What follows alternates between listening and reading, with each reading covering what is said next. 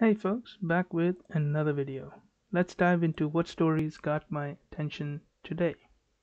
Starting with Ethiopia, which seems to be the regular for this week. The federal forces have seized control of Wikro, a town 50 kilometers north of Mekelle, and, quote, will control Mekelle in a few days, end quote, Lieutenant General Hassan Ibrahim said in a statement. Government troops had also taken control of several other towns, he said. Reuters was not immediately able to reach the Tigray People's Liberation Front for comment or to verify the statement. On Friday evening, in the neighboring country of Eritrea, quote, a loud noise, possibly an explosion, end quote, was heard in the capital Asmara, the U.S. Embassy there said in a statement early on Saturday. Now, Reuters has not been able to reach the Eritrean government officials for more than 2 weeks, so I'm assuming no confirmation on that story from the government side either. Thousands of people are believed to have died, and there have been widespread destruction from aerial bombardment and ground fighting since the war began.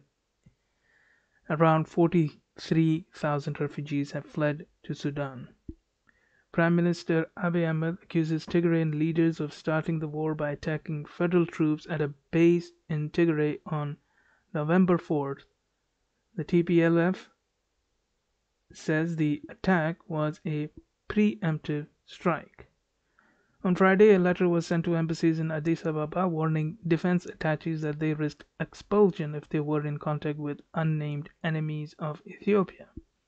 Quote, some military attaches are working with those who endangered the security of the country, identified in blacklist and sought by attorney of the court, end quote, said the letter.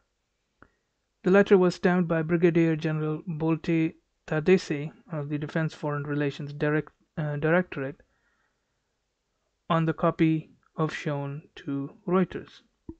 A military spokesman and the head of the government Tigray's task force did not respond to requests for comment.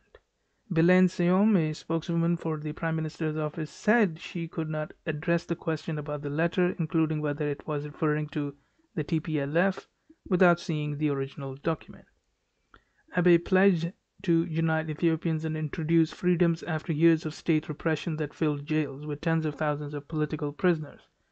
His government also put senior Tigrayan officials on trial for crimes such as corruption, torture, and murder. The Tigrayan region saw those trials as discrimination. Abiy's reforms created more political space but also lifted the lid on long repressed tensions over land and resources. Now, so far it seems that the Ethiopia's military operation is going somewhat smoothly. I expected more resistance, but so far there has been little, I would assume little reported.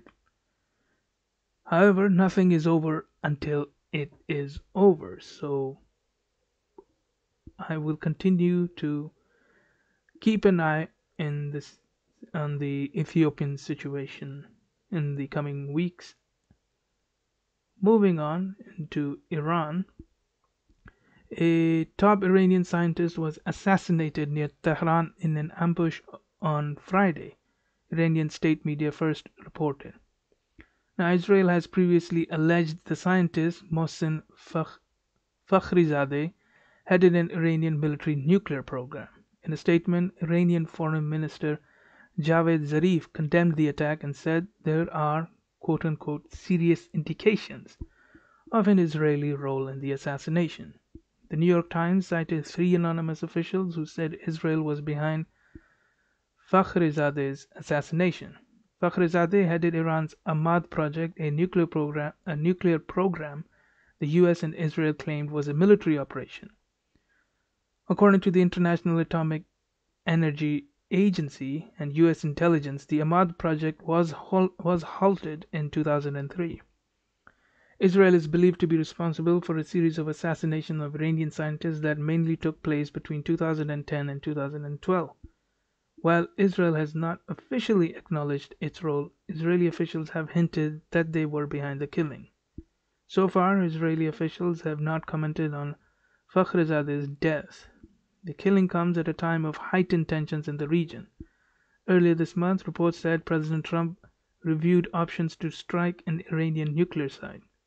Since then, Israel has leaked stories about their preparedness for a US attack on Iran, and there has been an uptick in Israeli airstrikes against what they call Iranian-linked targets in Syria, something I have covered in my previous video as well as videos.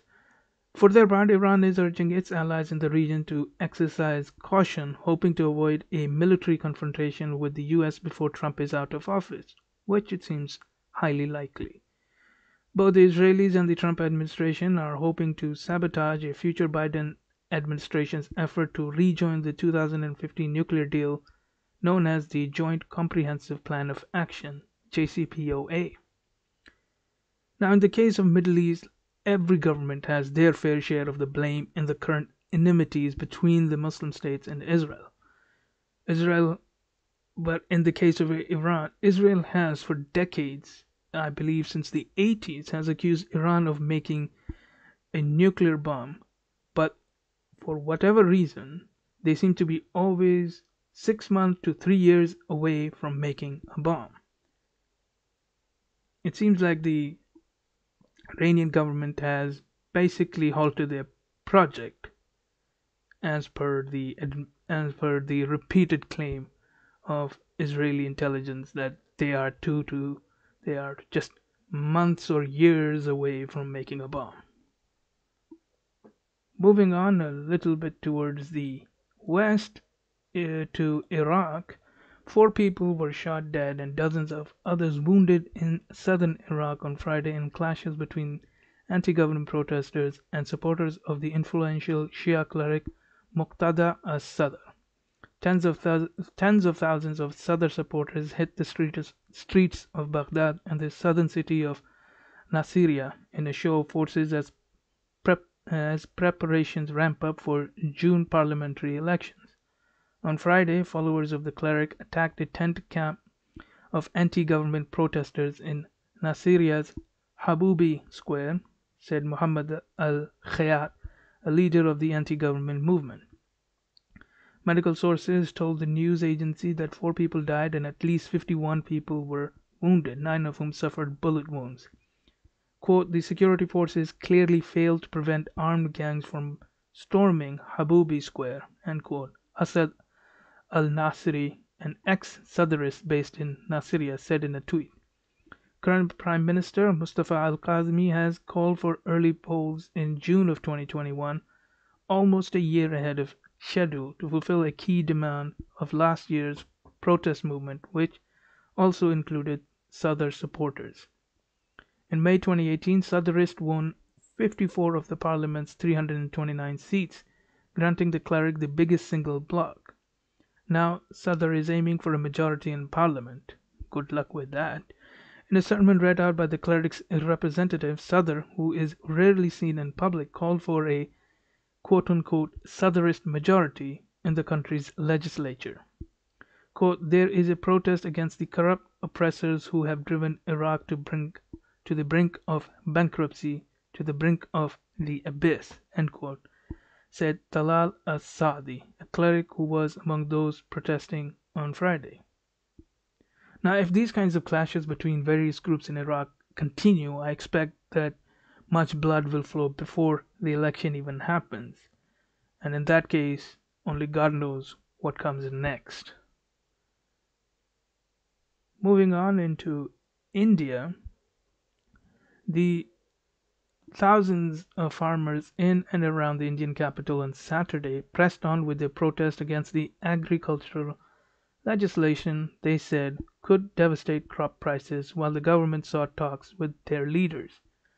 Some protesters burned an effigy of Prime Minister Narendra Modi and shouted, quote, down with Modi, end quote, as they rallied on New Delhi's border with Haryana state. The protesting farmers were allowed to enter New Delhi late Friday after a day of clashes with police, who used tear gas, water cannons, and baton charges to push them back. Television images showed some of them moving into the capital while thousands still remained at the outskirts of the city. The Press Trust of India news agency said more protesters were heading for New Delhi from northern Punjab state. Many farmers have camped on the highways in Punjab and Haryana states for the last 2 months to protest the passing of the legislation. They say the laws could cause the government to stop buying grain at guaranteed prices and result in their exploitation by corporations that would buy their crops cheaply. They want the laws scrapped. The government says the legislation brings about much needed reform agriculture that will allow farmers the freedom to market their produce and boost production through private investment. Agriculture Minister Narendra Singh Tomar said he has invited representatives of the farmers for talks on December 3rd. There was no immediate response from the farmers. The protesters said they would not return to their homes until their demands were met. Opposition parties and some Modi allies have called the laws anti-farmer and pro-corporation. Farmers often complain of being ignored and hold frequent protests to demand better crop prices, more loan waivers, and irrigation systems to guarantee water during dry spell. Now, while Prime Minister Modi is more friendly to market, but he's not someone who understands the economy. He's more of a nationalist, and everything he does it through the prism of nationalism, and that's the way he rules the country. And that is, I believe, a, a failing on his part to view everything through nationalism first and then everything else. India is a massive country that has this bureaucracy, one of the, if I am not mistaken, the largest bureaucracy in the world, that is sucking the blood of the Indian sort of the productivity. Like it is, in some sense, it is like the modern version of a vampire economy. And Narendra Modi has a massive job ahead of him if he wants to reform his country. He needs to understand it is the government and its institutions that have grown basically out of proportion of their needs. They need massive reforms, massive cuts in the bureaucracy. They need a massive overhaul in their massive laws, and corruption is just rampant. And as long as he does not understand those issues from an a economics and legal sort of perspective, he is going to consistently be roadblock with his attempt at trying to drag his country forward. Anyway, moving on into one oppressive regime to an even more oppressive regime, Saudi Arabia. Quote, my family has not heard from my sister since she was taken back to prison, end quote, Lina al Hathlul said of her sibling Loujain al Hathlul. The prominent Saudi Arabian women's rights activist has been in prison for over 2 years. On Wednesday, her case was transferred from a criminal court to a special anti-terrorism court for quote-unquote lack of jurisdiction, her family said.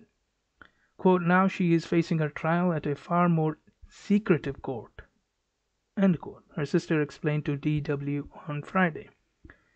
Lynn Ma'alouf, Amnesty International's Deputy Regional Director for the Middle East and North Africa, called the transfer quote-unquote a disturbing move. Quote, they transferred her case to the Specialized Criminal Court, an institution used to silence dissent and notorious for issuing lengthy prison sentences following seriously flawed trials. This is yet another sign that Saudi Arabia's claims of reform on human rights are a farce, end quote, Ma'alouf told DW. Loujain al-Hathlul was arrested in May 2018 along with about a dozen other female activists while driving a car, only weeks before Saudi Arabia lifted the ban on female drivers. Yes, only in 2018 did Saudi Arabia lift the ban on women being allowed to drive a car. Anyhow, the women were subsequently accused of, quote, suspicious contact with foreign parties, end quote, providing financial support to, quote, hostile elements abroad, end quote, and recruiting government workers, according to the Saudi authorities. While some of the detainees have been provisionally released, Al Haflul has remained imprisoned since her arrest. She has repeatedly told her family that she has been subjected to sexual harassment, electric shocks, and waterboarding. During the hearing on Wednesday, which Al Haflul's parents attended, the activist raised these experiences in court. The judge consequently said that an investigation would be open, something I find I don't believe they're going to be. I don't believe in the Saudi justice system at all. Let's just put it at that. Anyhow, the Saudi ambassador to Germany did not reply to a DW request for comment. Interesting. Now, when the 31-year-old appeared at court on Wednesday, she looked very fragile and hardly able to concentrate. She wasn't even able to hold a piece of paper in her hands without shaking, Lena said, recounting her parents' description of their daughter. Quote, they were shocked, end quote. She said, quote, yet Lujain is unbroken, end quote. Now in November, Al-Haflul went on a hunger strike to protest her condition in prison. However, she broke the strike after 2 weeks. Lena, as well as her parents, who serve as legal representatives for Lujain, are hoping that the transfer to the new court will reveal a lack of evidence against Lujain. Lena is currently based in Berlin and calls her parents on a regular basis, quote, but we can't be open in our conversation for obvious reasons, end quote. She explained. The German Foreign Ministry told DW it was following the human rights situation in Syria, including Al-Haflul's case, with concern. German-Saudi relations have been strained by the kingdom's human rights abuses. The 2018 murder of Saudi dissident journalist Jamal Khashoggi in the Saudi consulate in Istanbul led to Germany to impose an arms embargo on Saudi Arabia. Now, this is set to expire on December 31st, 2020. The German government has not yet decided whether to extend the ban or not. Now, Saudi Arabia is one of the most repressive regimes because of the state's marriage with Islam, in particular the sect known as Wahhabism. And if the kingdom derives its power from the religious authority of Wahhabism, and of course anyone that questions the religious institution is also questioning the kingdom, and naturally vice versa. And so any opposition to the kingdom or to this religious sect is just seen as an existential crisis for the Saudi kingdom. Now, personally, the way I see to deal with Saudi Arabia is, as I say, with the case of China, the Chinese Communist Party, which is expose them, show how like the evil they do to their own people. Forget they do evil to their neighboring country. Yemen is one thing, which is horrible, but they're also oppressing their own people. And we should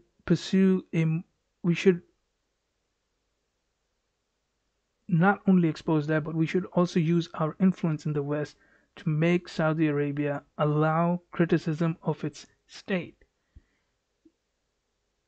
Anyhow, that's it for this video. If you like the video, then hit that like button and hit that subscribe button for future updates. Write in the comment sections your thoughts, criticism, and anything I might have missed. And I will see you in the next video.